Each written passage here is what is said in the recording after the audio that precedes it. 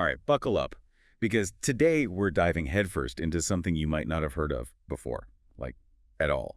It's called Martinus spiritual science. Ever ring a bell? Yeah, it's definitely not your typical Tuesday night conversation. But hey, that's what we do here. Dig up those fascinating, kind of obscure bits of knowledge. Absolutely. And we're starting off with a pretty bold claim right out the gate, like Third Testament level bold. Oh yeah, you're talking about the Third Testament of Martinus Thompson. We've got these excerpts from the Martinus Institute and a website, get this, called Read and Search the Third Testament, which honestly sounds like a quest in itself. You're not wrong about that. But okay, before we even try to grasp the Third Testament, who was this Martinus guy? Picture this. Rural Denmark, 1890. This guy, Martinus Thompson, is born. Pretty normal life, it seems. Then he hits 30, and bam, huge spiritual awakening. And this is what makes him start writing.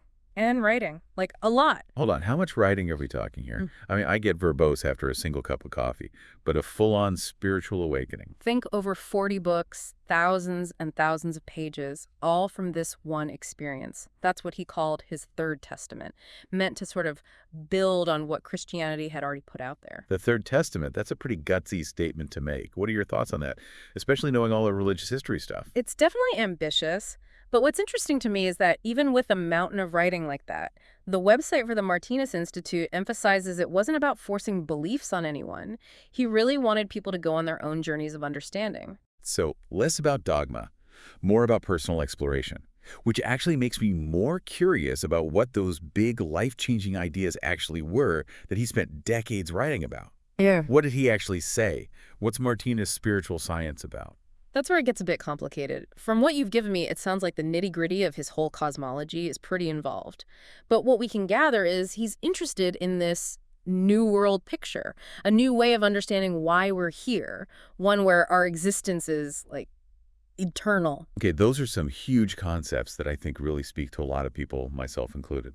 And speaking of things that speak to you, that Martinus Institute website, it's sleek. You'd never guess. Most people haven't even heard of this stuff. Right. It totally gives off that established vibe. They've got courses, online libraries, the whole shebang. Definitely not some fly-by-night operation. And speaking of going deeper, they mention this film about him, directed by Leonard Passborg. Ooh, interesting. Definitely adding that to my watch list. You familiar with that filmmaker or the film at all? Can't say I am, but you definitely got me curious now. That might be a great starting point for our listeners, too, something a bit more visual if they're intrigued. But getting back to his actual teachings, this word cosmos keeps popping up.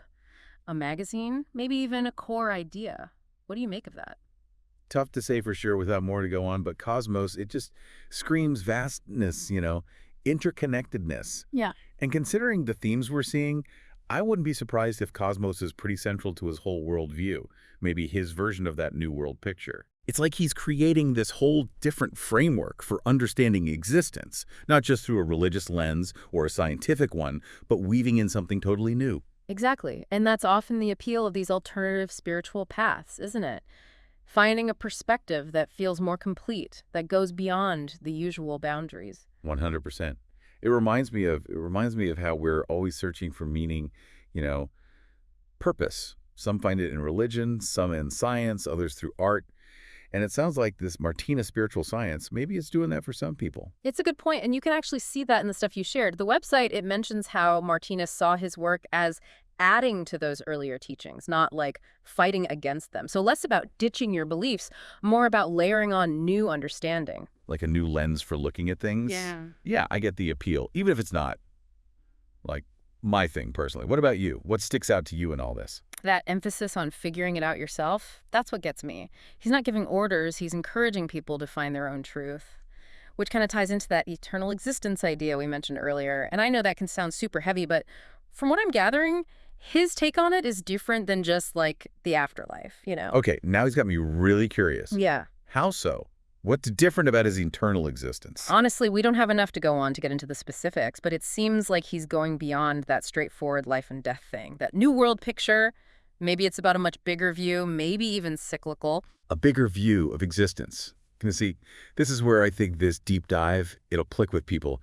We get so caught up in the day-to-day, but he's saying, zoom, L-U-T. Look at the whole picture. Exactly. And it's not like a lonely journey either. Remember that super slick website?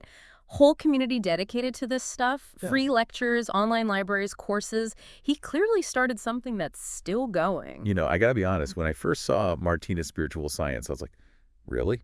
Third Testament and all that seemed a bit much, even for us. Mhm. But the more we get into it, the more I'm like, okay, there's something here. This is complex stuff. Right. It reminds us that even the ideas that sound out there, they can have something to them, especially for people who are looking for different ways of making sense of the world, and that cosmos thing, this huge interconnected universe. It's powerful. Really is. So for our listeners who are totally hooked and want to go deeper, where should they start? That Martinus Institute website seems like a gold mine. Definitely. Tons of info there, articles, pieces of his writing, background on him, and of course that film by Leonard Pasborg might be the perfect way to get into his ideas, since it's visual. And for the truly dedicated, there's always the Third Testament itself. Bit of an undertaking for sure, but hey, could be a life changer. Jazzy, that sometimes you got to go outside your comfort zone to learn, Even if Martinus's stuff doesn't become your belief system, just the act of exploring, it can open your mind. It's like that saying, the only true wisdom is in knowing you know nothing. And this whole thing, even just dipping our toes in like we did, it really makes you think twice about everything we take for granted. Life, the universe, all of it. For sure. There are always different ways of seeing things, even if we don't buy into all of them ourselves.